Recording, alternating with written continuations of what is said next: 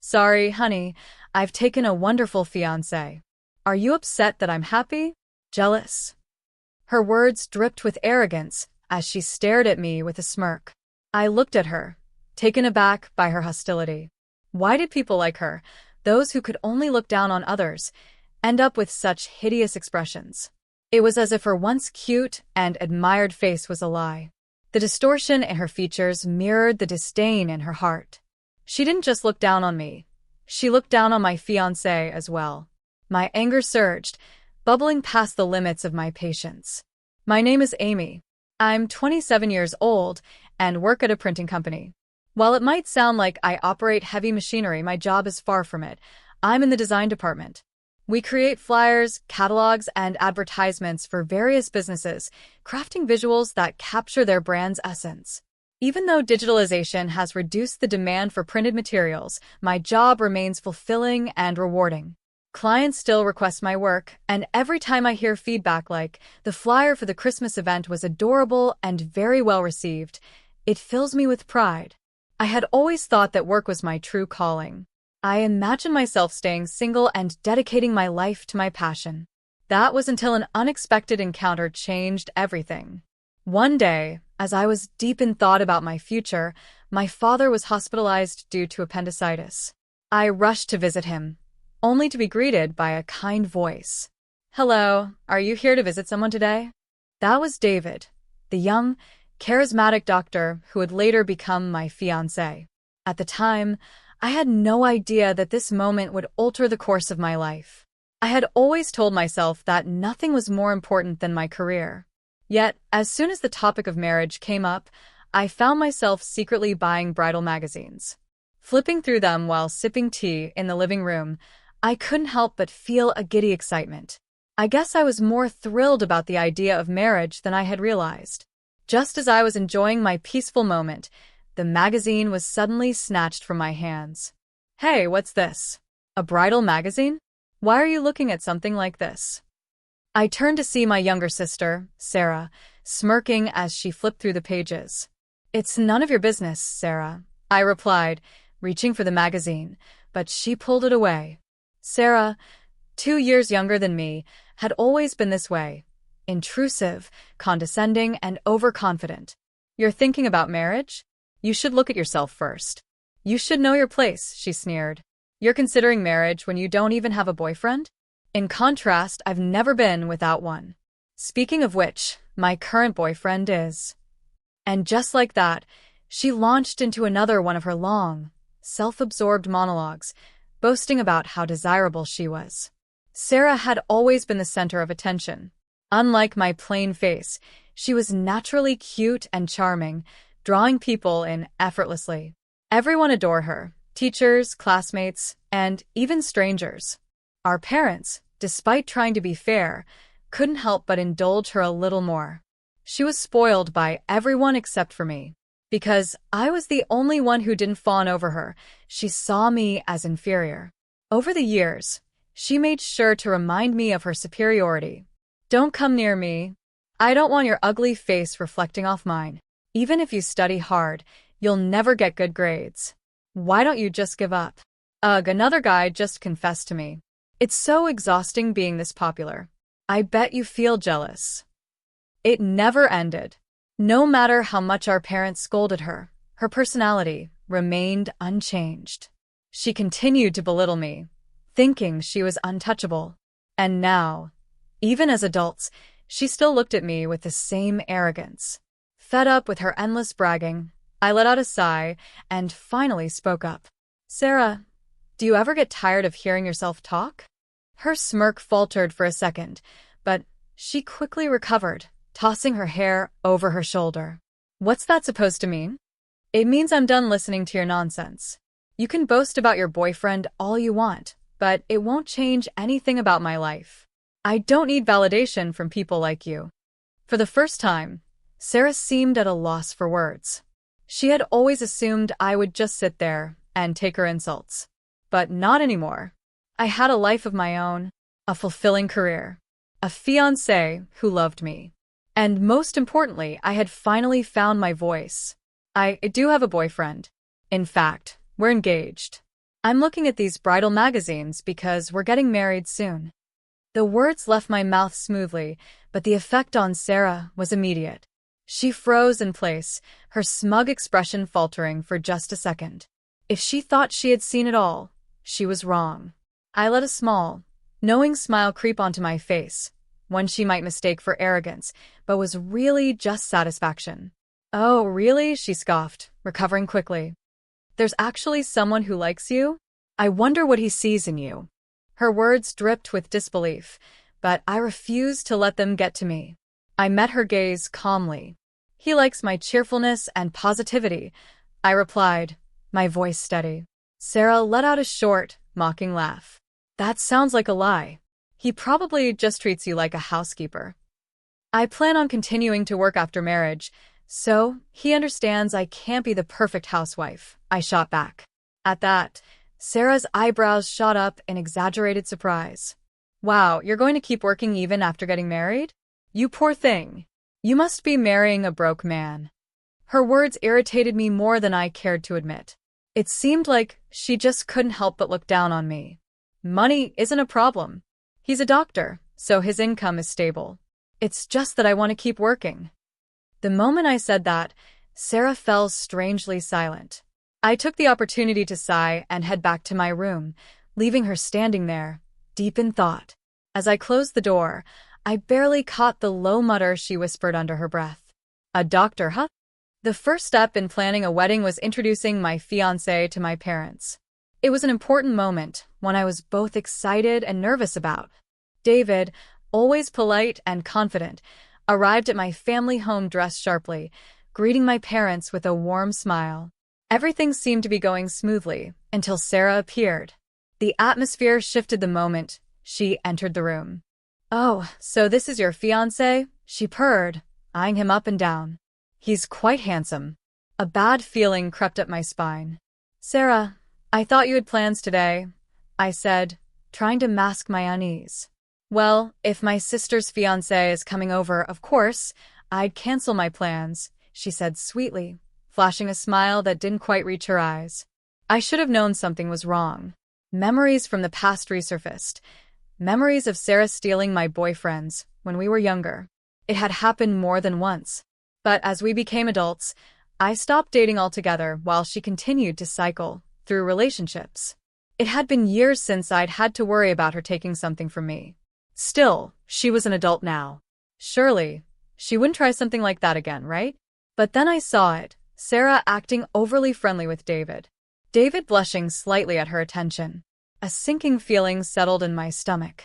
Was I imagining things? Or was my worst fear coming true? Days passed, and my unease didn't fade. Then, out of nowhere, David called me, his voice cold and distant. "Amy, can we pretend this whole marriage thing never happened?" My breath caught in my throat. "What?"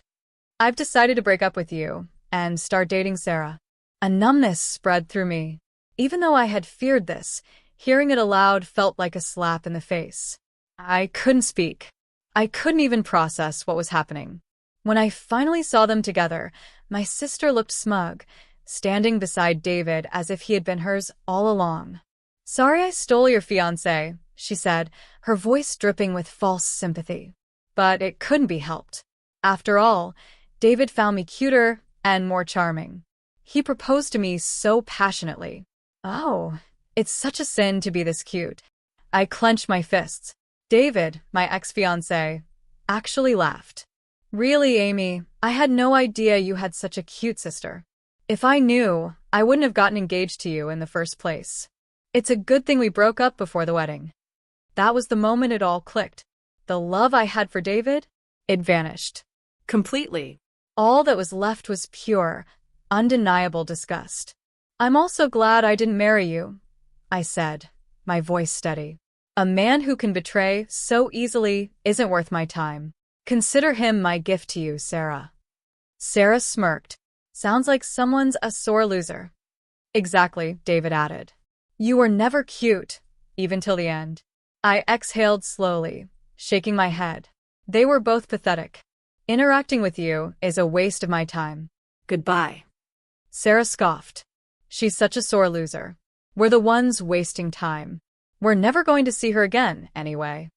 And with that, they left. Our parents were furious. They banned Sarah and David from the family, cutting them off completely. I heard later that they got married, but it didn't matter anymore. 3 years passed. I was now 30, still working hard at my design job. Life moved on, and surprisingly, I was happy. One of my clients, a businessman named Charles, frequently requested my work. At first, we only spoke professionally, but over time, our conversations became more personal. Then, one evening, after we had been working together for months, he surprised me. "Would you like to have dinner with me sometime?" he asked. I hesitated. It had been a long time since I had gone on a date, but something about Charles felt different. So I said yes. Dinner turned into regular outings. Outings turned into dates. And on one of those dates, Charles looked at me with sincerity in his eyes and asked, "Amy, will you marry me?" My heart pounded. I was happy. Truly happy. Charles was kind, loyal, and thoughtful. He wasn't like David. And yet, deep inside, a painful memory stirred. Sarah. David. The betrayal. No. I pushed the thought away. I wasn't going to let my past define my future. Smiling, I looked into Charles's eyes and gave him the answer I knew I truly wanted. Yes. Even though I had agreed to marry Charles, a small part of me couldn't help but wonder, what if history repeated itself? I didn't want to doubt him, but I needed to be honest. So one evening I told Charles everything. About Sarah. About David. About the betrayal that had left me questioning my own worth. I even showed him a picture of my sister, gauging his reaction. But Charles didn't flinch.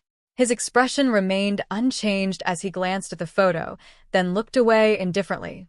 Instead of reacting to my sister's appearance, he turned to me with a warm, gentle smile. "Amy, I hate to say this, but I used to be pretty popular. I've met plenty of cute and beautiful women in my life, but for some reason, none of them ever caught my heart." I blinked. "What do you mean?" He exhaled thoughtfully. "I think I have a good eye for people because of my job. No matter how beautiful or well-dressed someone is, they can't hide their true nature. Looks fade. But a person's heart? That lasts forever." I felt my breath hitch as he looked at me with sincerity. "That's when I realized something," he continued. "Amy, when I met you, you shined the brightest. I felt my cheeks flush. When we talked about work, you were so passionate, so full of life. Your smile was real, and you truly enjoyed what you were doing. You didn't need to try to be beautiful. You already were. You were dazzling." I covered my face in embarrassment. Wait, this is so cheesy. But Charles wasn't done. "Amy, you are beautiful. More beautiful than anyone I've ever met. And I would like to date you with the intention of marriage. Truly, I mean it when I say..." "Stop, no more," I squeaked, turning completely red. But deep down, I knew this was different. Charles wasn't like David. He saw me for who I was, not for how I looked. And when I finally said yes, Charles continued to shower me with love, never letting a day go by without reminding me how much I meant to him. Charles and I got married, and life was better than I had ever imagined. We shared household chores and worked together to build a happy life. Since Charles had lived alone for years, he was actually better at cooking than me. His meals were incredible, especially after long days at work. On weekends, we often went out together, exploring new restaurants, traveling, or even just enjoying quiet nights in. One day, Charles mentioned wanting to shop for some new furniture, so we decided to visit an upscale home goods store. That's when I heard it. "Oh my, I thought I saw a plain-looking woman, but it's you." The voice was unmistakable. My stomach twisted as I turned around, and there she was. Sarah. Standing beside her, smirking just like old times, was David. Even though it had been 4 years since I last saw them, their faces were unforgettable. Sarah's once youthful glow seemed dimmed, her face hardened in a way I couldn't quite place. David, on the other hand, had lost weight. He looked thinner, almost worn out. "What brings you here?" I asked coolly. Sarah flicked her hair back. "Nothing much, just looking at furniture." But honestly, this place has a lot of expensive imported pieces. It's not really for people like you. David snorted, nodding. Yeah, exactly. If someone like you shops here, it'll bring down the store's reputation. We don't want to be mistaken for being poor. You better leave. Irritation burned in my chest, but I refused to give them the satisfaction of a reaction. Instead, I ignored them and turned back to Charles, reaching for his hand, intending to walk away. But he didn't move. That's when Sarah and David finally noticed him. Sarah frowned. Hey, who is this? Charles, standing tall and unbothered, met her gaze evenly. I'm Amy's husband. Silence. Sarah's face twisted in shock. What? You actually married this plain girl? Then she laughed. Loudly. You're brave. Did you need a maid that badly? That's hilarious. Charles's calm expression didn't waver. I help with the household chores. It's normal since we both work. Sarah smirked. Oh, both of you work? Poor thing. You must be struggling so much that your wife has to work, too. How pitiful. David chuckled. Unlike you, we're living comfortably. Sarah is a stay-at-home wife, and we dine out more than half the week. Since we have money, we even hire housekeeping services. Sorry for being winners. I clenched my fists, fighting the urge to roll my eyes at their childish bragging. Sarah turned to me with a sickeningly smug look. Sorry for taking such a wonderful fiancé, she taunted. Thanks to me, you're stuck working and living a boring, poor life with a dull man. You must be so jealous. Something inside me snapped. I took a deep breath, and then I laughed. Not bitterly, not angrily, just genuinely amused. Sarah's smirk faltered. What's so funny?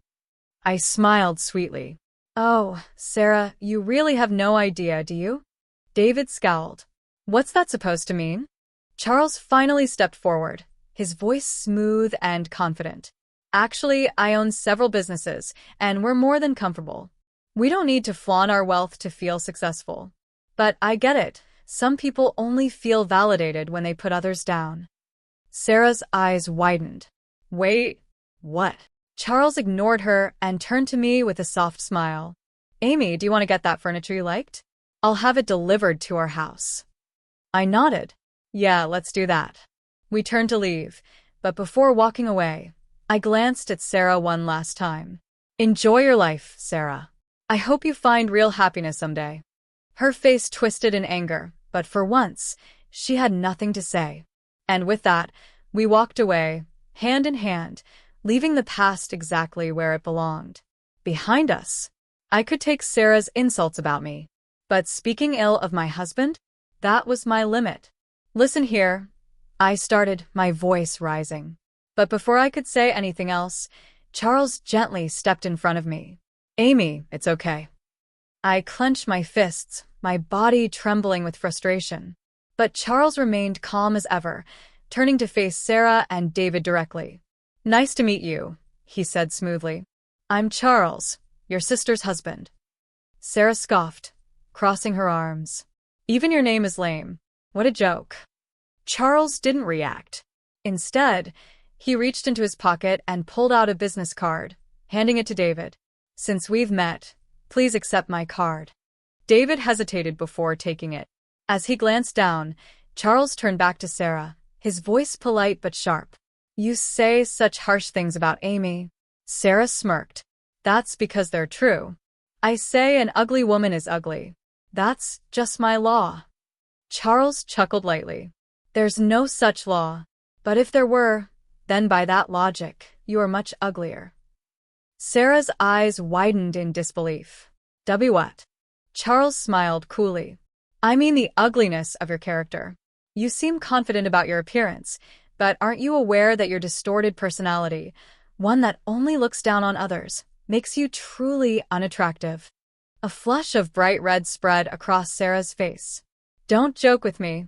What's ugly about me? Charles tilted his head slightly. Everything. A beautiful person wouldn't be jealous of their own sister and steal her fiancé. Sarah gasped. Who said I was jealous? Charles simply shrugged. People tend to obsess over those they admire. They try to surpass them, to prove something. Isn't that what you did to Amy? No, that's not true. But I saw it.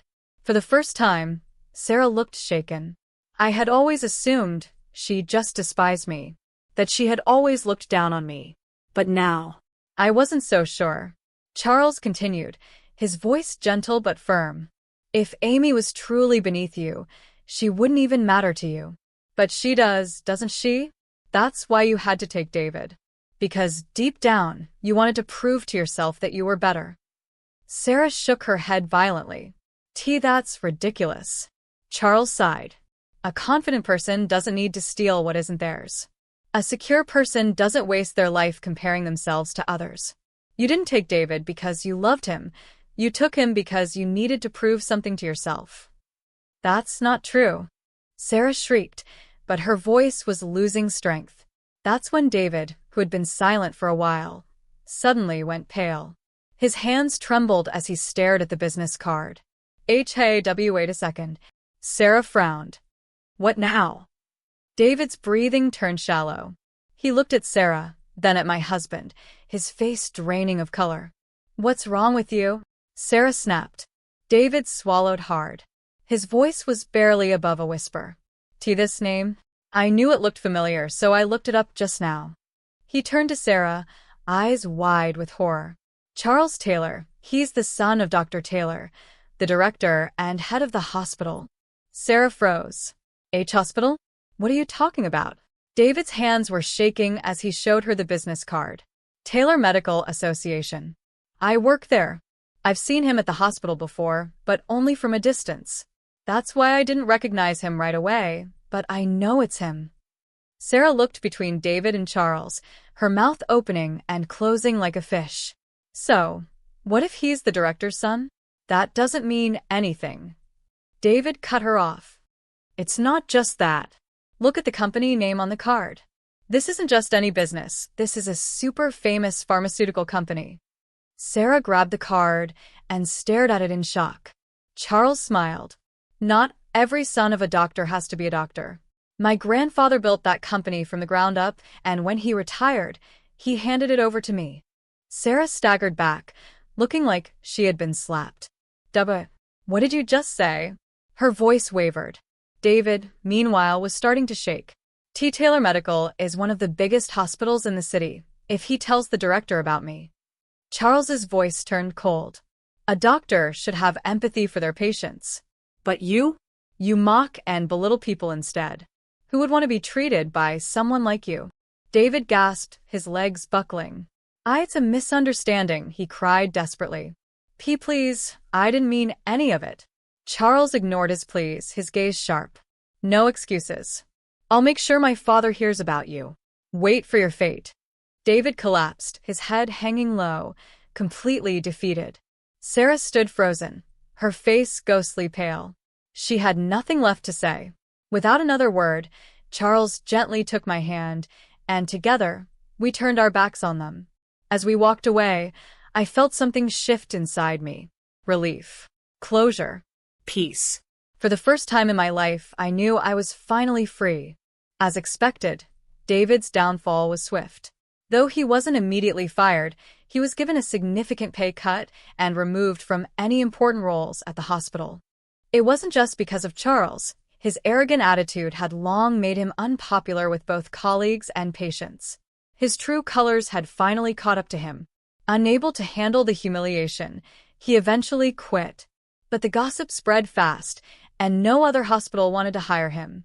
Last I heard, he was struggling to find work, leading a tough life with no income. And as for Sarah? Turns out, she had been a reckless spender all along. Even though David's old salary was high, she burned through money faster than they could make it. That explained why David looked so thin and exhausted. It wasn't just weight loss. He had been emaciated from stress. Once his pay was cut, Sarah immediately dumped him and filed for divorce. She tried to find a new rich husband, but no one wanted her. When I saw her again, she was barely recognizable. The once cute and youthful girl I knew had turned harsh and bitter. Meanwhile, Charles and I, we were happier than ever. And in the end, that was the best revenge of all. In the end, it seemed my sister's true nature had finally surfaced. And with it, her popularity with men had completely disappeared. Nobody wants to date me. That was what my parents told me when they called one evening. Sarah had come crying to their house, lamenting about how unfair life had become. I'm so cute. Why doesn't anyone lavish attention on me anymore? She had wailed. According to my parents, she had even muttered, Amy got a good man. I have to be better than her. Better than me? Even now, even after everything, was that still her obsession? I couldn't help but wonder, was it some unspoken law in her mind that she had to rise above me? Maybe Charles was right. Maybe, deep down, Sarah had always looked up to me. But that didn't mean I could forgive what she had done. In the end, my parents turned her away. You made your bed, now lie in it, they had told her. She had nowhere left to go. That was the last I heard of Sarah. She disappeared into the nightlife scene, chasing after fleeting pleasures, trying to cling to the attention that had long since faded. I don't think I'll ever hear her name again. And honestly, I'm okay with that. Meanwhile, my life had never been more peaceful. The weight of my sister's presence, the shadow of my ex-fiancé, all of it was gone. For the first time in my life, I could simply breathe. I had a husband who cherished me, a job I was passionate about, and a home filled with warmth and love. And soon, our little world would grow even bigger. As I sat at my desk, staring at my computer monitor, I gently stroked my growing belly. Soon, we would be a family of 3. A new beginning, a future filled with love. And as I smiled to myself, I knew this was my true happily ever after.